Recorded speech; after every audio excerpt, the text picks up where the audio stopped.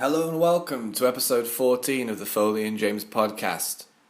In this week's episode, Foley is going to interview me about hitchhiking.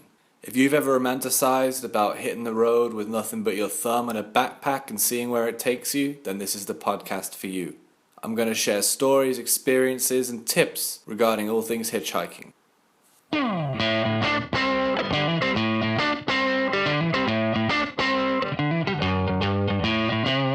When you first brought this up, James, I didn't actually realise how much hitchhiking that you've actually done.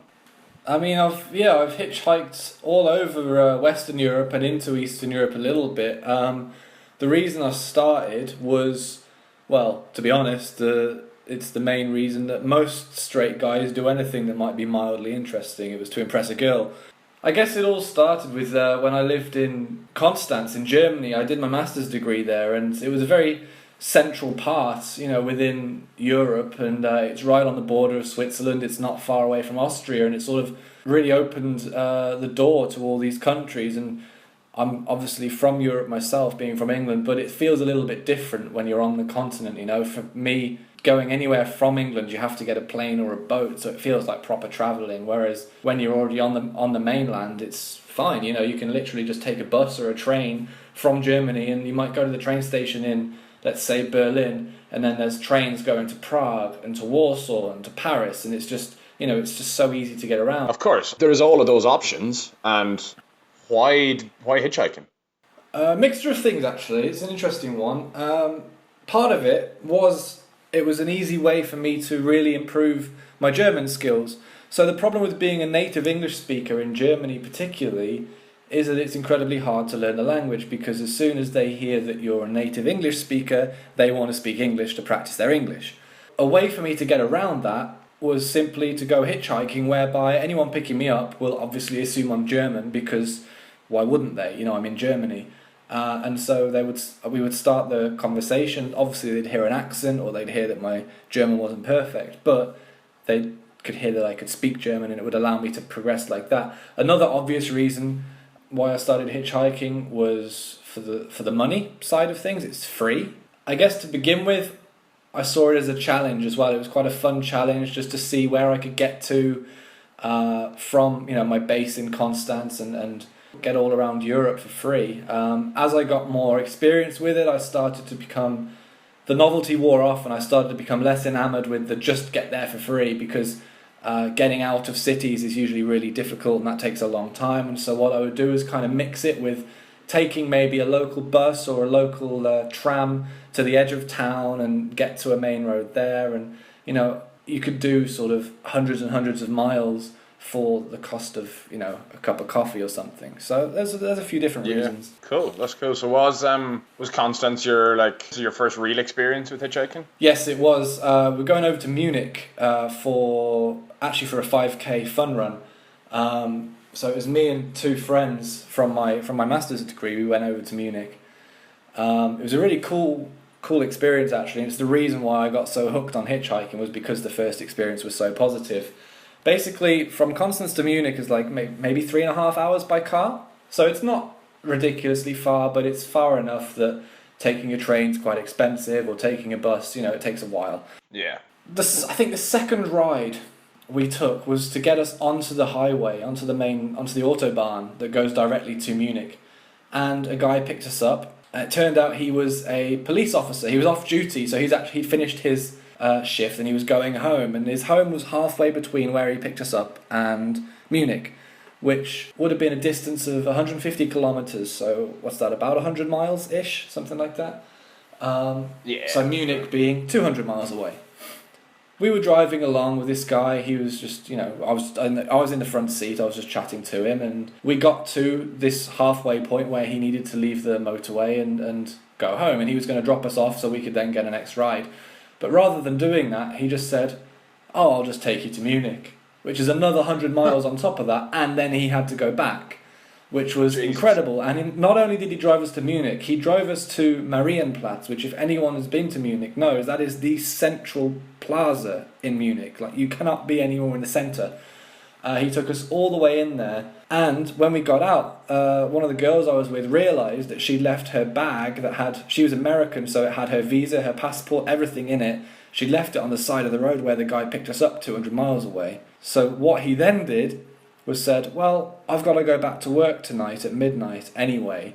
I'll stop off, I'll pick it up, give me your address, I'll send it through the mail to you. Oh, wow. Yeah, and he did, and it was just... Awesome. That was my first experience. So it was a guy who obviously didn't know us, decided to pick us up. Probably he was okay with it because he was a police officer, and so he's used to helping people and all that sort of stuff. But he went massively out of his way for us. First of all, just taking us to Munich, but then to go back on himself and go and pick up this bag and spend money on the postage and packaging and all this sort of stuff was just amazing. That's pretty impressive. That's within Germany itself, because I can't add much to this hitchhiking thing. I've done a little bit in Ireland, but that's only from town to town, no stories. And then is it easy in Ireland? Relatively, yeah, relatively. It helps that because I've always done it from my town to somewhere else, so I'll know every 10th person driving past in a car anyway. And then I tried it once in Dallas, leaving Dallas to try and get to Shreveport. Did not go well at all. Nobody wanted to pick me up. Nobody. So, that's fair enough. But they're my two experiences, really, of hitchhiking. Have you gone country to country with it? Yes, I have. As we established, I generally started off in Konstanz, this base in the south of Germany.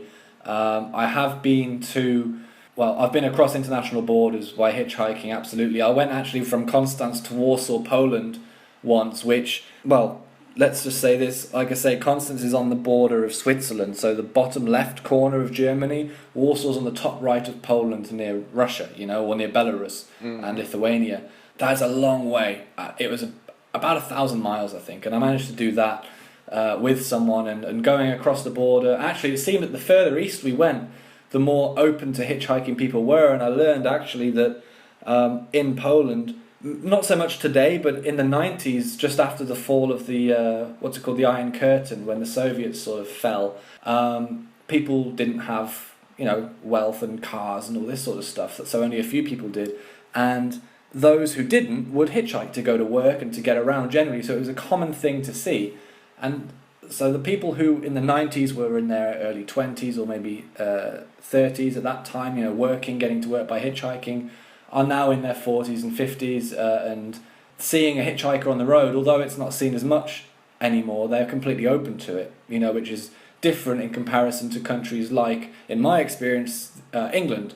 I tried to hitchhike just from the airport once back home, which was only a half an hour car ride, but I stood around for 3 hours and not even one person stopped to ask where I was going, so I ended up just getting a train. I just wanted to test it out. I know that it is possible in the UK because I've read and heard stories of non-English people. I don't know if that's a factor, being foreign particularly. People are more open to helping, obvious tourists. So I've personally found England to be difficult, but I found that the further east you go, within Europe anyway, the more open people are. That being said, my most common country for hitchhiking in is Germany. My average wait time was always about half an hour. There are a couple of exceptions to that where it was a lot longer. I think 4 hours is my record standing in one place. But for that, I've had a few rides where I literally get out of one car straight into the next. You never can tell. But on average, hitchhiking is surprisingly successful way to get around. And it's not necessarily that much slower than, say, taking a train or taking, more organised public transport, for example. The longest I did in a day, so the journey I did to Warsaw was the longest journey I've done, period, but that was spread over a few days because I wanted to stop in a few cities on the way and stay with friends and all that sort of stuff. But the longest journey I ever did in a day was from Berlin to Konstanz, which was 800 kilometres. It's about, 550 miles, something like that. I did the whole thing for €3, or it's about $3, £2, something like that, because I took a little local train from the centre of Berlin to the outskirts. From there I was able to walk to the highway, to a service station on the highway, and then get out from there. And I managed to do that in 11 hours, which seems like a long time, but the train, if I took the train, would have been 12 hours, The bus would have been 12 hours. You know, I didn't have my own car, so that wasn't an option anyway. It turned out, you know, hitchhiking was actually quicker in that occasion, and that can be the case. It's very surprising. Have you, I don't know how to kind of phrase the question, but like, did you make any friends from just hitchhiking? The kind of person who's going to pick up a hitchhiker is usually someone who's incredibly friendly, you know? Someone who's very open-minded, often someone who's travelled before, and more often than not, someone who's hitchhiked before, so they know the sort of the struggle, or, you know, what it's all about, all that sort of stuff. Yeah. So the people there are absolutely very friendly. However, you're not going in with the intention of, you know, making lifelong friends and stuff. It's very much a short-serving relationship you have with that person. And so whilst I would happily see, you know, some of the people I got on with the most, I would happily see them again. It's not necessarily a case that we trade numbers or whatever. Although that being said, a guy from Latvia picked me up, and he was like in a really nice Mercedes car and had a suit on, and he looked quite well off, you know, in his 40s or whatever. It turned out he was actually on the weekends in a biker gang, you know, and he had his Harley, and he showed me all these pictures of his bikes and stuff, and he like added me on Facebook, and we'd chat back and forth every now and again. It was just he was just a super interesting guy. Some of the things he would post on his Facebook of his various, you know, biking adventures and that sort of thing. That's awesome. Yeah, that's really cool. It's really varied. Yeah, of course. I guess it's kind of similar in like, you know, we mentioned couch surfing before, but I guess it's that kind of same kind of vibe. Exactly. You know, exactly. Yeah, that's awesome. You mentioned a couple of other people, so like we've gotten rides here and there. Is it as easy to get a lift with someone, like if you're with someone, like if there's two of you looking for a lift? Have you ever struggled, you know, as opposed to just you on your own? I'm going to first of all talk about my own experience, but then I will speculate, because I think it depends on the combination of people that you're with. So when I'm on my own hitchhiking, it will generally go a lot more quickly, because there's only one person, so any car that's just got one spare seat going free is a potential ride. Of course. When I've hitchhiked in a two, where the other person's been a girl, it's been about as quick as when I hitchhike by myself, because I feel like with a girl, you know, people will they'll assume that you're a couple, and that immediately makes you seem less likely like you're a murderer, you know, because hitchhiking's got a bad name from the movies and all that sort of stuff, and everyone just thinks they're all killers, and it's not the case. And so if you're hitchhiking with a girl, people probably assume that you're just a young couple, and that takes away that sort of angst immediately. However, when I've hitchhiked with a guy, rides will take a little bit longer, but really only a little bit. You know, it wasn't that big a deal. I hitchhiked with my friend. We went to Amsterdam from Constance, and you know, it took all day, and it did take longer than we expected. And what we actually managed to do was, so we were both English. We happened across an English car at a service station, and we thought, all right, we've been standing here for 2 hours, and that was way longer than we'd expected. We'll go up to the English car and just hope that, you know, that sort of bond of English people in a foreign country, they might just help us out. And it worked, actually. They took us a long way, which was really cool.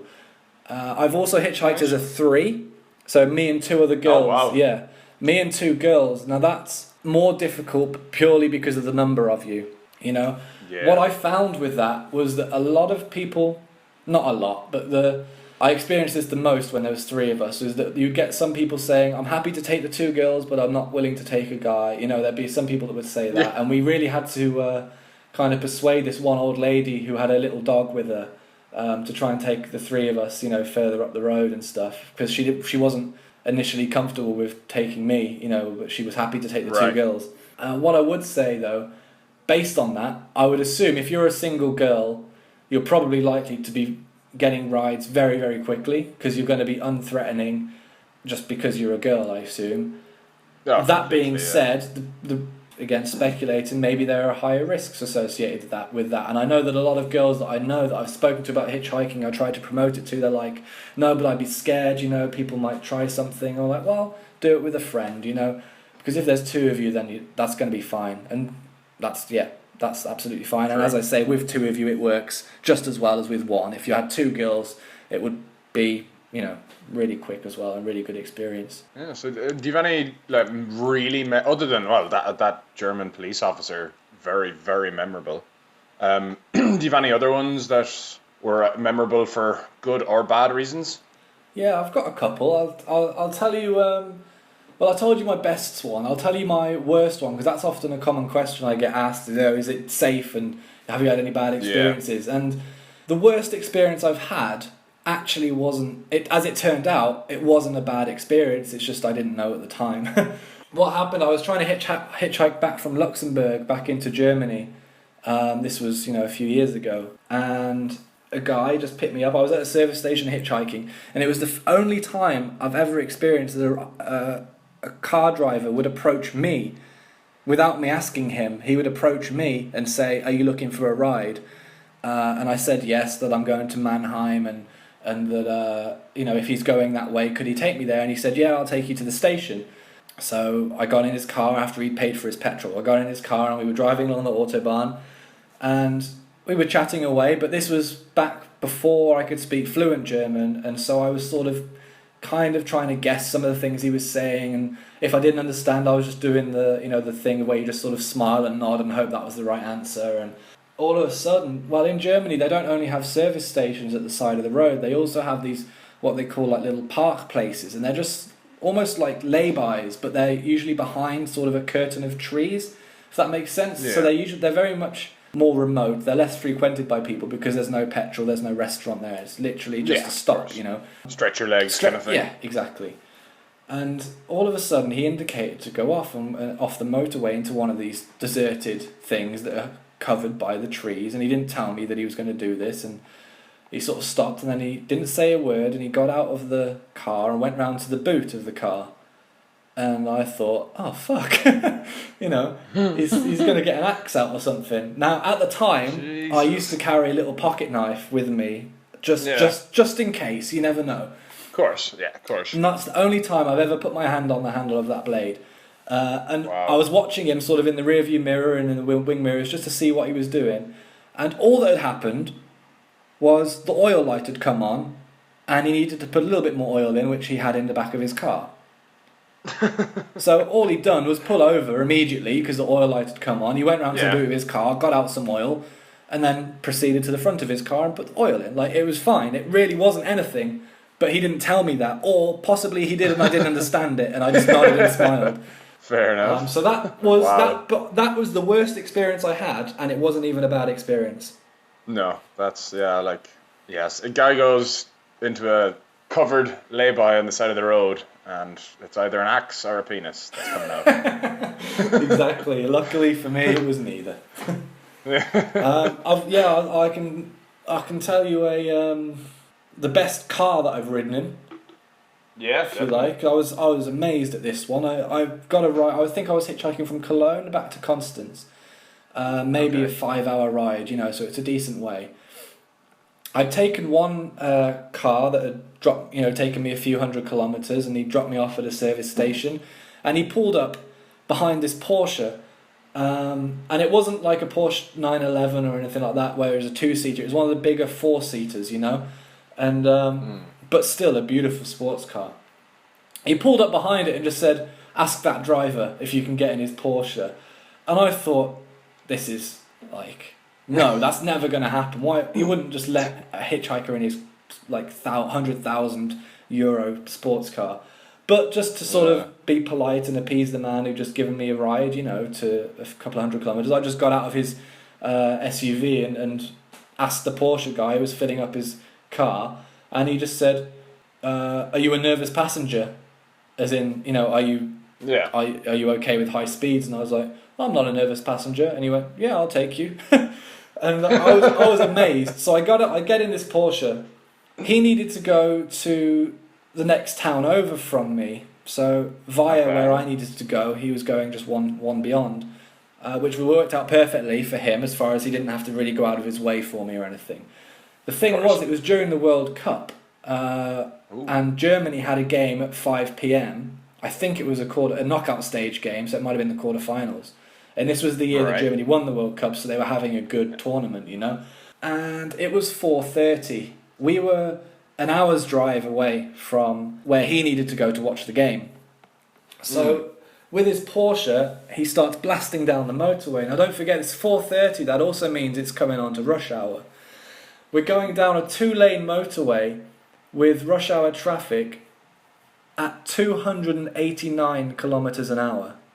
Woohoo! Which, I don't know if you can look that up, Foley, I think is about 180 miles an hour. Yeah, about 180 miles an hour. Yeah, so this was fast during rush hour traffic. Now you might be thinking, well, if it's rush hour traffic, how do you even have... And it's a 2-lane motorway, how do you have the space to get up to that speed? There's a breakdown lane, and he was using it. Oh, wow. Yeah, we were blasting down the breakdown lane, down the hard shoulder at 180 miles an hour, 289 kilometres an hour. And at one point there was a car broken down, but it was just beyond an entrance to another one of these park places that I was mentioning. So what he did was swerve into the park place, braked a little bit, but was still going about 100 through this park place and out the other side and carried on down the hard shoulder. It was ridiculous. Now, because he'd asked me if I was a nervous passenger, I wasn't allowed to be like tensing up and going, all this sort of stuff, because it would have seemed like I was lying. I wasn't expecting him to be driving like Lewis Hamilton. So I was sort of sitting there with my right arm on the window, trying to be all cool, but every muscle was tense. I was braced against the back of my seat, But it got to 5 o'clock. Regardless of all of his efforts to get to his destination before the 5 o'clock kickoff, the time came. So all he did was press a couple of buttons on his satellite navigation screen, and suddenly the map went away and the football came on. Which was awesome for me as the passenger, because it meant I could watch the football. What I didn't think was he would also be watching the football. Yeah, exactly. Jesus. So what was happening? That quick. Exactly. We were flying down the motorway at over 100 miles an hour, over 200 kilometres an hour, and he's watching the football. It was crazy. But it was cool to be in a sports car, in a Porsche, and it's a wicked story. It ended up all right, so it's just a cool story now. Yeah, but still, Jesus. Do you want to hear about when I met an Olympian? Hitchhiking. Yes. I met one actually last week as well. Did you? Yeah. Go on, tell. I met an Olympic medal winner. She was part of the Canadian Sevens team who won a bronze medal. Oh, great. So, anyway, yeah, go on. So I met an Olympian from the Netherlands when I mentioned I hitchhiked to Amsterdam. We were going from Amsterdam back to Luxembourg, or via Luxembourg back to Germany. And this van pulled up. You know what people like to call serial killer vans? Sort of dark colour, dark windows, no logos on the side. One of those pulled up next to me and my friend, and we were like, oh, okay. And it was just this sort of young guy, maybe 25 years old at the time, sort of our age kind of. We spoke in English because we don't speak Dutch, and all the people in Holland tend to speak amazing English, so it was fine. That's true. And we got in, and he was obviously a really fit guy, but his legs were massive. His legs were huge. And it turned out that he was a track cyclist, a sprinter. Nice. And he actually raced. Anyone who's interested in cycling will know the name Chris Hoy. He's the multiple gold medal winning British Olympian. He raced against Chris Hoy like that previous year in the Commonwealth Games. No, it can't have been the Commonwealth Games, but it was the European Championships. Then I assume, it was some sort of international track cycling competition anyway. And he got to race against Chris Hoy. So he was a top level athlete. This guy, he was 9th in the Netherlands, as far as the 9th best in the Netherlands. Now they only take the top 8 or so to the Olympics, so he was always missing out on the Olympics. Which was, can you imagine putting in all that training and you just miss out? It's almost just for nothing. So what he did was transition, and he went to a sport that not many Dutch people do, which would almost guarantee him a spot in their Olympic team. And he went to winter sports, and he represented the Netherlands in the bobsleigh. Oh wow, the old Dutch bobsleigh. I think you put the word Dutch in front of anything, and it sounds just oddly sexual. Hey, darling, would you like to do a Dutch bobsleigh tonight? After you put her in the Dutch oven.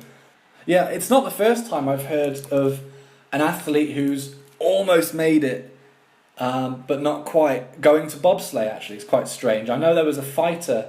He was a kickboxer, American kickboxer, back in the 90s, and he transitioned to bobsleigh for the US, and he won a silver medal, in the Olympics, during one of the Olympics during the 90s. So it's not an unusual thing for people who have done a sport where you have really strong legs or explosive legs Yes. to go into bobsleigh when you just can't quite make the grade, or where there's just those few people better than you that mean you're missing out on this Olympic dream, you know. Bobsleigh seems to be quite a fallback. So you're living in Luxembourg now. Have you hitchhiked there at all? I haven't, you know, because the first... Because it's so tiny. Yeah, well, there is that. Yeah, okay, first of all, I can get a day ticket to use all trains and buses in the whole country for €4. So Yeah, you can't go wrong with that. But secondly, for the first few months I was here, I actually had my car here. Oh, yes, And, that's right. you know, that was a big part of the reason why I haven't. My car isn't here at the moment, and actually, I've been looking at places I can maybe get to and just get back into hitchhiking, because I haven't done it for over a year now. It was probably actually exactly a year. It would have been last May when I last hitchhiked. Nice. And there's a website that I use, if anyone's interested, called hitchwiki.org, I believe. And it's fantastic. It has, the name suggests, it's a wiki page, so anyone can edit it. And I've put a few posts in myself. And you type in any city or any road, like any main motorway in a country, or even just a country's name, and it will come up with lists and suggestions and tips and places to hitchhike from, or bad places to hitchhike from, places to avoid, you know. Nice. And it's really, really cool. So I've been sort of scouring that a little bit recently and looking at where I might want to go, because I haven't spent much time in Belgium or France ever in my life, and so being on the border here in Luxembourg, with the country being so small, I can get out there really easily, and I might go and hitchhike up to Brussels for a weekend or something. I'm not too sure. Yeah. I was about to say I'll have to try it in Canada, but I've got my car, so you know. That's the thing. But I think if I did, though, I don't think there'd be a huge problem. The Canadian attitude is pretty kind of a live and let live motto. So there's a guy on YouTube, a Canadian guy. No, yeah, he's Canadian. I was going to say French Canadian, but I don't think he is. He does speak French though. But anyway, he hitchhiked from Nova Scotia, actually, where you are, Foley. He hitchhiked from Nova Scotia to Argentina. Oh yeah, you told me about this guy before. Yeah, and he found it worked in Canada, as you just speculated, and he found that it worked in Canada for the same reason. People are friendly, they're open-minded, blah, blah, blah. Yeah. Contrary to popular belief, he managed to get all the way down through the States as well. You know, a lot of people would assume it wouldn't work there. He was constantly told that he wouldn't be able to get rides, and granted, it seemed difficult, but he made it. He made it down to Mexico, all through Central America, down to Panama. And then you've got the Darien Gap after the canal, where it's uninhabited. It's just other than smugglers and stuff like that. So he tried to hitchhike a boat and hitchhike a plane, but no one wanted to, because they all thought he was trying to be a human trafficker or something, you know. So that was the only time he took a flight, and he flew from Panama City to either Cartagena or Bogota. Well, you have to, though, don't you? Yeah, exactly. And then he went from Colombia down over to Brazil. Actually, he went across through Venezuela to Brazil and then down to Argentina. So, and he did it all for, excluding the price of the flight, all for nothing. You know, all for free. Oh wow! So although I can't really comment on hitchhiking in North America, there is stuff out there, and just go on YouTube. Hitchhiking Canada to Colombia, I think his last video is, but he did get all the way to Argentina in the end. That's really cool, yeah. I'm not surprised it wasn't a problem here. The people here are pretty awesome. Any more hitchhiking stories you want to throw out there? Any recommendations for people, or? Yeah, I'll tell you one more story, and then I'll give you a couple of recommendations if you know how to do it exactly. You know, or at least my sort of top tips for hitchhiking, if you like. This one was actually hitchhiking back from Munich. I believe it was the return journey from that first ever hitchhiking experience where the policeman took us and all that good stuff happened. We were trying to get a ride. It was late at night, actually. This is my first time night hitchhiking. Normally I do it in the day for obvious reasons. And we intended to hitchhike back during the day, but we just got so absorbed in Munich, and we went out to one of the big parks there and had some beer, and there were hammocks. Foley, there were hammocks there, so we just stayed. I'm sure you can imagine why we stayed so long. We ended up leaving at like 9 p.m, you know, so it was kind of getting dark, just starting to get dusky, because it was the middle of summer. And we thought, okay, well, it's going to be dark while we hitchhike, we'll see how this works. And we managed to get, you know, a couple of rides out of the city, and then we were on the Autobahn at a service station. This Swiss guy pulls up. Now, don't forget, Constance, where I live, is on the border of Switzerland, so Swiss number plate's good. He says he's going to St. Gallen, which is about half an hour from Constance, and he said, I'll take you to Constance, it's not too far out of his way. So, great. We're driving back, it's getting past 1 in the morning now, He's getting tired, we're all tired. And he says, "Oh, I can't be bothered to go to Constance. I'm just going to go to St. Gallen." So we're like, I mean, we can't say anything. He's just taken us for free anyway, a couple of 100 miles. It's still more than we could have asked for. It's a bit, I don't want to say cunty because that's a bit too harsh, but it's the other side of the big lake kind of thing, isn't it? It's in Switzerland. I should have said St. Gallen is a city in Switzerland, exactly. The only reason I know that is because they've got a football team in the Swiss league. Right. So we stopped off in St. Gallen, and he actually said, "Oh, my neighbour's not home. This is 2 a.m, don't forget." He says, "My neighbour's not home. I've got the key to his house. You can stay there if you want." And we were like, that's really weird. And we didn't take him up on that offer because it just didn't seem right. It just didn't feel right. It was 2 a.m. No, of course. This guy, he changed his mind at the last minute and took us to his home and then said we can stay in his abandoned neighbour's house. And it just didn't sit well. And so we decided not to. But what he did do was then give us 40 francs, which was enough to cover the cost of a train fare back to Constance, which was actually really, really nice of him. That's fair. Yeah. I think he did feel bad that he sort of gone back on, what he told us he was going to do as far as driving us there. The problem was, at 2 a.m, there are no trains left, and first train goes at about 6, so we were in for the long haul. Shit. Until we remembered that one of the girls I was hitchhiking with, her roommate's husband lived in St. Gallen. So we rang the roommate in Germany to get in contact with her husband, and so the roommate said, "Yeah, sure, I'll do that. I'll ring you back as soon as I've got in contact, and then he'll come meet you and whatever, And what my friend did, for reasons that only known to her, she hung up the phone and then turned her phone off, just not thinking. And so we were waiting for this phone call, not realising that she turned her phone off the whole time, and we were just sort of standing there in the middle of St. Gallen town centre. Beautiful city, by the way.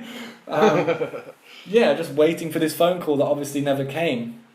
We tried to hitchhike out a little bit, but at that time of night there's no cars.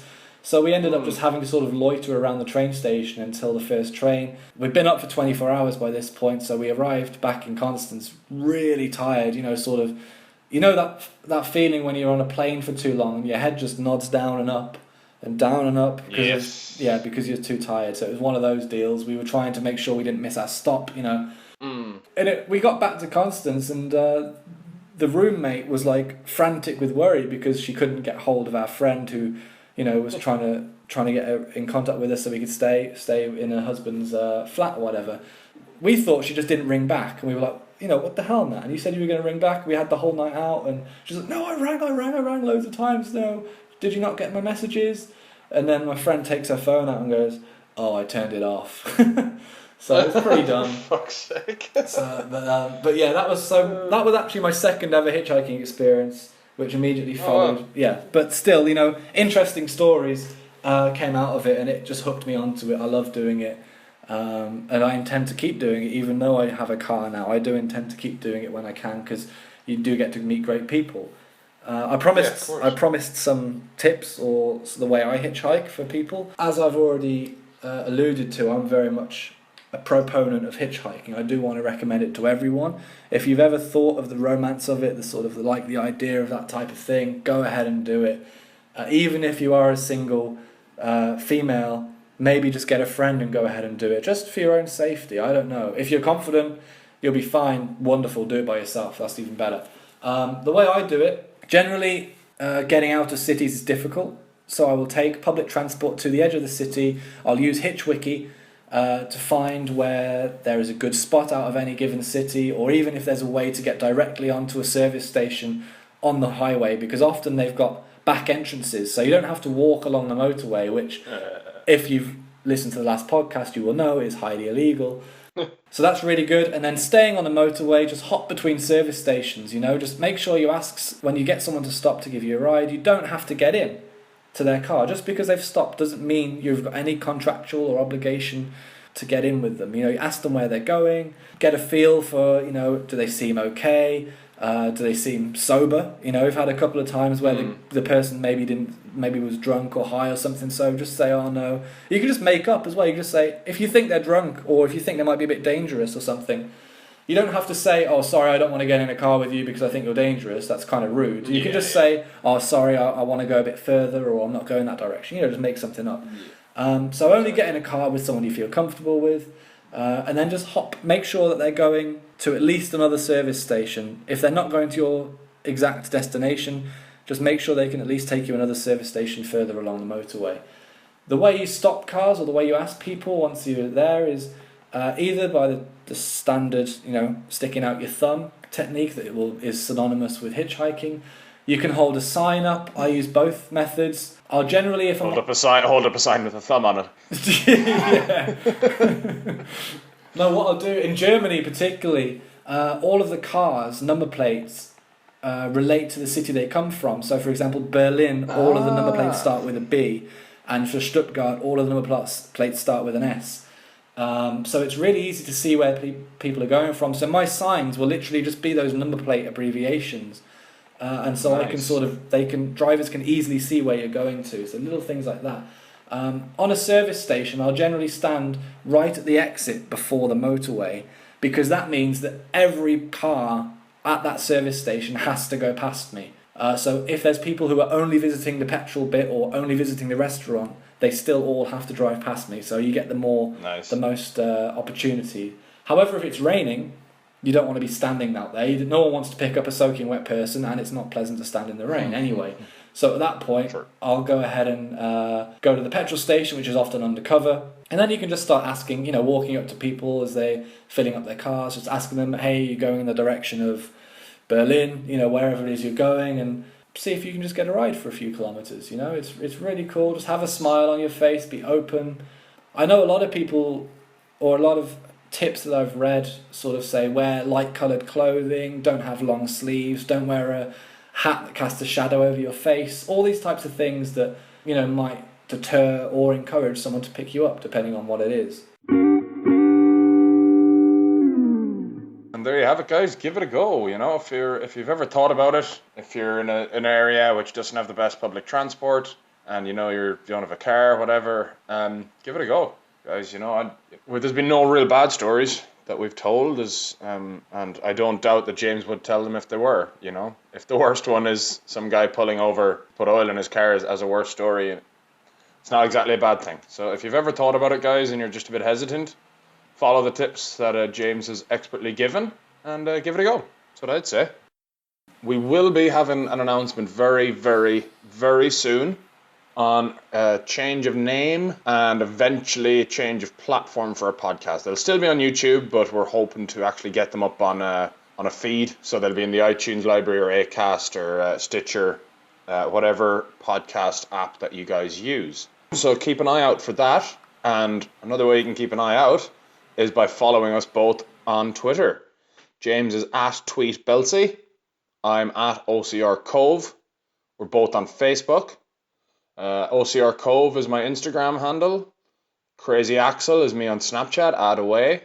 You can email the show. For the minute, our email address is hammocks-are-life@gmail.com. Why is that, Foley? Because hammocks are life. And yeah, guys, we're getting there. We're still getting a lot of hits on videos and stuff, and that's great. We're really, really, really enjoying doing this.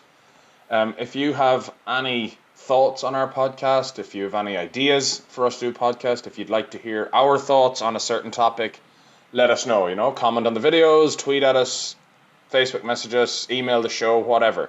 I don't mind at all. Yeah, but like, comment, share, review, retweet, repost on all those social media things. It's only a click or two or a little press of your thumb. So please do. So unless James has anything else to add to that. No, sir. Excellent. All right, guys, we'll catch you next time. Bye-bye.